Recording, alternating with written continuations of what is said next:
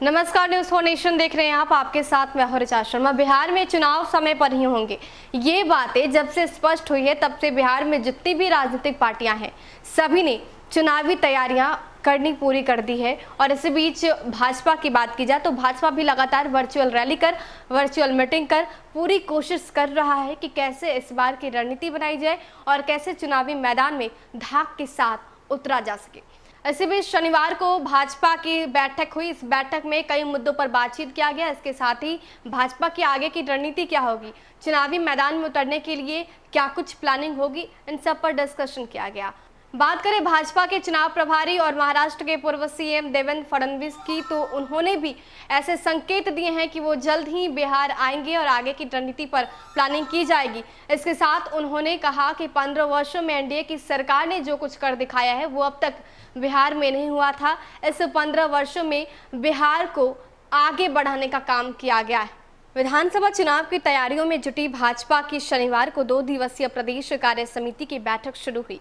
बैठक में चुनाव प्रभारी महाराष्ट्र के पूर्व सीएम देवेंद्र फडणवीस ने कहा कि बिहार में 15 वर्षों के एनडीए के शासनकाल में व्यवस्था पटरी पर आई है। अपने पहले संबोधन में प्रधानमंत्री नरेंद्र मोदी और बिहार सरकार के कामकाज की प्रशंसा की, साथ ही राजद अध्यक्ष लालू प्रसाद पर तीखा हमला किया। प्रदेश कार्यालय में कार्य समिति की वर्चुअल बैठक में पार्टी के बिहार प्रभारी सांसद भूपेंद्र यादव, प्रदेश अध्यक्ष संजय जायसवाल, मंत्री डॉक्टर प्रेम कुमार और नंद किशोर यादव, विधायक संजीव चौरसिया आदि ने भाग लिया। अपने संबोधन में देवेंद्र फडणवीस ने कोरोना और बाढ़ के दौरान केंद्र और राज्य सरकार द्वारा किए गए कार्यों की जमकर तारीफ की। कोरोना के दौरान केंद्र सरकार द्वारा 20 लाख करोड़ के आत्मनिर्भर पैकेज के बारे में विस्तार से बताया।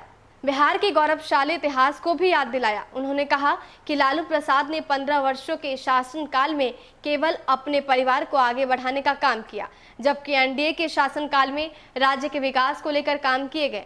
उन्होंने बिहार के गौरवशाली इतिहास को याद दिलाते हुए कहा कि जब इंदिरा गांधी के शासनकाल में लोकतंत्र का आघात हुआ था तो बिहार से ही उनके खिलाफ आवाज उठी थी। 25 और 26 तारीख को बिहार आने की बात फडणवीस ने खुद कही है। उन्होंने कहा कि राजद के 15 वर्षों के कार्यकाल में राज्य 25 से 30 वर्ष पीछे चला गया। अब एनडीए के शासनकाल में राज्य में पटरी पर व्यवस्था लौटी है। अब अगर आगे काम करते हैं तो विकास काफी तेजी से होगा। बिहार में विकास के लिए चुनाव जरूरी है। उन्होंने कार्यकर्ताओं को घर घर जाकर पीएम के कार्यों को याद दिलाने को कहा। ये भी कहा कि 25 से 26 तारीख को वो बिहार आएंगे। तो इस मीटिंग में देवेंद्र फडणवीस ने ये साफ कर दिया है कि 25 से लेकर 26 तारीख के बीच वो बिहार आ सकते हैं और यहाँ आकर चुनावी रणनीतियों पर बातचीत होगी। इसके साथ इस बार बीजेपी का चुनावी मुद्दा क्या होगा, इसकी भी प्लानिंग की जानी है। फिलहाल के लिए बने रहिए हमारे साथ, देखते रहिए न्यूज़ फॉर नेशन। नमस्कार।